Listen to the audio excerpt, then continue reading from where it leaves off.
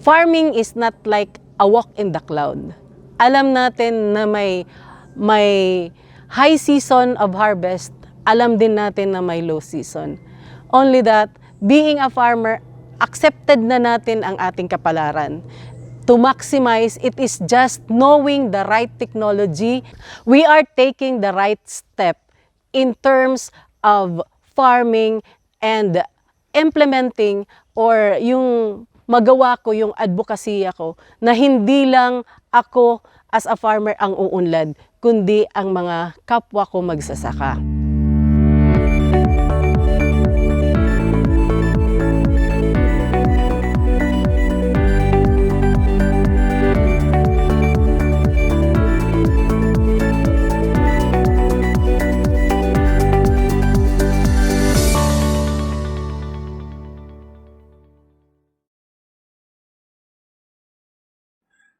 Ang kakao ay may dalang malaking oportunidad para sa mga Pilipinong magsasaka. Ang pandaigdigang merkado ay bukas para sa kakao at cacao-based products ng Pilipinas. Sa katunayan, malimit nang magwagi ang mga Filipino cacao products at producers sa mga international competitions. Patunay ito sa magandang kalidad ng kakao dito sa bansa. Kaya naman, ang pagtatanim ng kakao at paggawa ng iba't ibang produkto galing sa kakao ay ginagawa na ng InPhase Eco Farm sa Calbayog City, Samar. Sa kanilang pag-unlad, kasama rin nila ang iba pang magsasaka ng kakao sa kanilang lugar. Ako po si Lilibeth Biduya, nakatira dito sa Barangay Mawakat, Calbayog City, may-ari ng InPhase Eco Farm. Ang InPhase Eco Farm is a cacao farm po. Before I started cacao farming, dati po akong empleyado ng Samar One Electric Cooperative. Nung nag-umpisa nang magkolehiyo ang aking eldest daughter, doon ko na-realize na ang sahod ko bilang empleyado ay kulang. So, nag-start ako mag-research about business and top 3 doon is farming. Opo, ang pagsasaka po ay isang magandang negosyo. Lalo pat kung nakatira ka dito sa probinsya katulad ng Samar. So, I further do research and I found out that the best crop to enter crop with coconuts is cacao. When we started developing the farm, coconut lang talaga ang main crop na nandito. So, we entered crop cacao and we started applying the technology I learned from the trainings I attended. So, doon din sa mga trainings na na-attend ko, I found out also one of the trainings in ATI is the organic farming. Doon ko nalaman na sustainable farming is practicing organic. Kasi lalo na sa atin na hindi tayo sanay na nag-a-apply ng fertilizer, it is best to use yung mga kung anong meron lang dito sa farm natin through composting. In cacao, ang pinaka-importanting parte sa pag-aalaga ng cacao is to know and understand pruning. Kasi pruning is the key for a successful cacao trees. So, yun yung madalas kong kinakonduct dito sa farm in terms of training is sharing the technology in cacao farming. And also, the post-harvest activities that we need to do to give value to the beans that we are producing here in our farm. Like the fermentation, the right fermentation and right drying. Yun yung mga technologies na dapat nating ipamahagi lalo doon sa mga magsasaka na nagtatanim ng mga kakao. Part of the knowledge I learned from those training is also care and maintenance of coconut trees. Before pa na-develop yung farm, yung harvest namin in terms of number of nuts is medyo mababa. But when we applied yung linilinisan yung sa taas ng nyog at saka pinifertilize or minamulch din yung mga puno ng nyog, doon nag-i-increase yung yield or number of nuts harvested. So also, because of intercropping, the coconut benefit from the nutrients we apply from the cacao, considering the planting distance that we apply. Nung nandito na ako sa pagsasaka, nalaman ko na farming as a business is not a competition.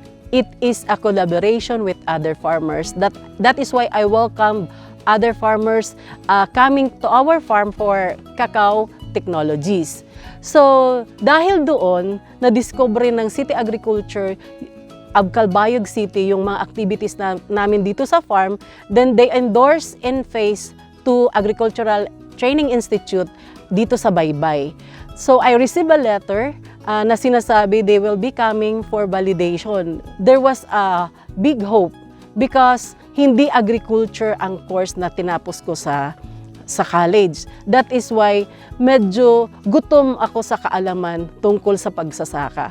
That is why when ATI came to our farm, I was so grateful because doon na buksan ang pintuan at bintana sa mga kaalaman na ninanais ko tungkol sa pagsasaka. Upon validation, fortunately, nakapasa naman tayo because sabi nga nung nag-conduct ng interview, part ng requirements nila to accredit a farm to become an LSA is if the farm owner or a farmer that lives in that farm have the technology and that technology is willing to be shared with others. Yun ang pinanghawakan ko. ATI fully equipped me in terms of technology in cacao farming. Lahat ng ninanais kong kaalaman tungkol sa pagsasaka ay binigay, full pack na ibinigay ng ATI. And also, not to mention the other financial interventions that they gave us. Nung nag-umpisa ng mamunga yung mga kakao ko, I decided to process the beans, especially on that time, konti-konti pa lang yung naha-harvest natin. Kung ibebenta ko siya as a beans, as a cacao beans, medyo hindi maganda ang income. So, I tried to look for another trainings on how to process cacao beans. Yun nga, nag-attend tayo ng maraming trainings on chocolate making and I attended the master class of Chef Ellie Salar, the plant-based cuisine I attended from ATI. It was the opportunity for me to learn that Chef Ellie is not just an ordinary chef but also a chocolatier. DTI came in. Isa sa mga government agencies who helped me grow is DTI. They helped me on product development, labeling, and packaging. Yun yung mga assistance na binigay nila sa akin. And then, as my processing grows, here comes Department of Science and Technology for the equipments. Kasi kailangan na, because of the marketing, medyo lumawak ang ating demand sa mga product natin. That is why I need equipments para mas mapalaki at mapadami ang production natin sa chocolate, spreads, and other cacao bean products. As accredited learning site of ATI, I have this opportunity to become accredited farm school of TESDA. Doon mas napalawak, mas napadali ang ating advokasya to encourage other farmers to do farming. Not just farming, farming as a business. Dahil nag-o-offer tayo dito, tulad ng practice namin dito sa farm na organic farming, we offer through TESDA Organic Agriculture Production NC2. And also, because I want to teach other farmers and other individuals in terms of propagation, nagtuturo din tayo ng Agri-Crops NC2. We produce coconut candies, cookies, and other pastries coming from coconut. And also, sa mga cacao beans naman, we produce chocolates, Coco Choco Spread, the combination of coconut jam and chocolate. Yun kasi yung champion product ko because it signifies the farm. We found true love in farm. Cacao is a tree of love, while coconut is a tree of life. My Coco Choco Spread is my love life, from tree of love and tree of life. Yun yung mga champion commodities ko. And then there are bonbons, there are pralines na ginagawa natin from cacao beans. And also now I am starting to develop on the cosmetics because medyo marami na po tayong cacao butter na napoproduce from cacao beans that we have in the farm. Farming is not like a walk in the cloud. Alam natin na may high season of harvest, alam din natin na may low season. Only that, being a farmer, accepted na natin ang ating kapalaran. To maximize, it is just knowing the right technology and the right approach in farming. Dahil sa mga pagsubok na dinaanan natin sa pagsasaka, alam ko, climate smart farming is the key to address kung saan natin dapat i-maximize ang potential harvest natin. At kung kailan din tayo dapat titigil muna, magpapahinga muna because that is the season for typhoons. Ako si Hinilyn A. Oben at mula sa Barangay Danau Uno. Nagtatrabaho dito sa Enfest Eco Farm as farm manager.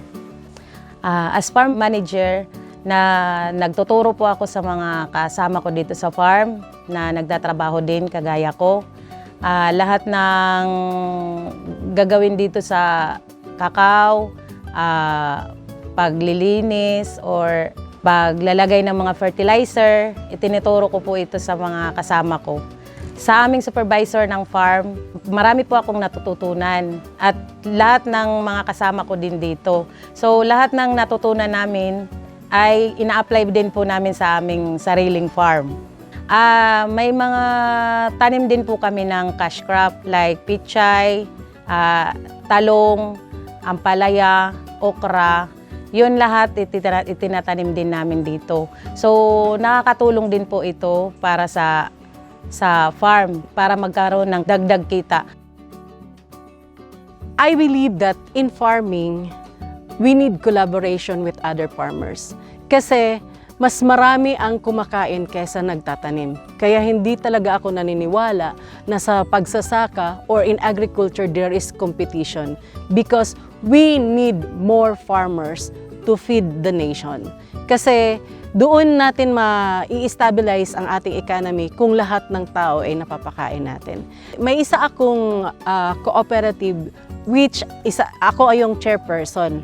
So isa sa mga project namin dito sa Orsidma Farmers Producer Cooperative is to have this Bagsakan Center. Kasi doon namin nakita na kung ang magsasaka ay kikilos ng paisa-isa, ang nangyayari is nagiging problema ang market. That is why we keep on lobbying to our government officials to give us the Bagsakan Center. Part of the plan in the Bagsakan Center is to organize the farmer into clustered barangays para malalaman natin kung ano ang i-concentrate na crop per cluster. At doon naman natin makukonsolidate ng tama ang mga produce ng ating mga farmers. Isa ito sa mga pinag-aaralan at unti-unting step by step natin na ginagawa. Isa lang ang masasabi ko bilang magsasaka. Ang pinaka-importante na dapat nating baunin kung mag-uumpisa tayong mag-farm is the right attitude, that is values, and mindset. Na talaga pag pumunta tayo sa pagsasaka, our mindset is business, is to earn and to learn to collaborate with other farmers. Yun yung isang isinasabuhay natin. Tunay nga naman na kapag pinagsama ang tamang kaalaman, advokasya at pagtulong sa kapwa, mas madali nating matutugunan ang mga kailangan ng bawat isa. Patuloy na pinapatunayan ng Enfest Eco Farm na ang pagsasaka ay mapapaunlad pa kung ito ay pinaghahandaan gamit ang mga natutunan mula sa mga pagsasanay galing sa iba't ibang ahensya ng gobyerno, katulad ng ATI.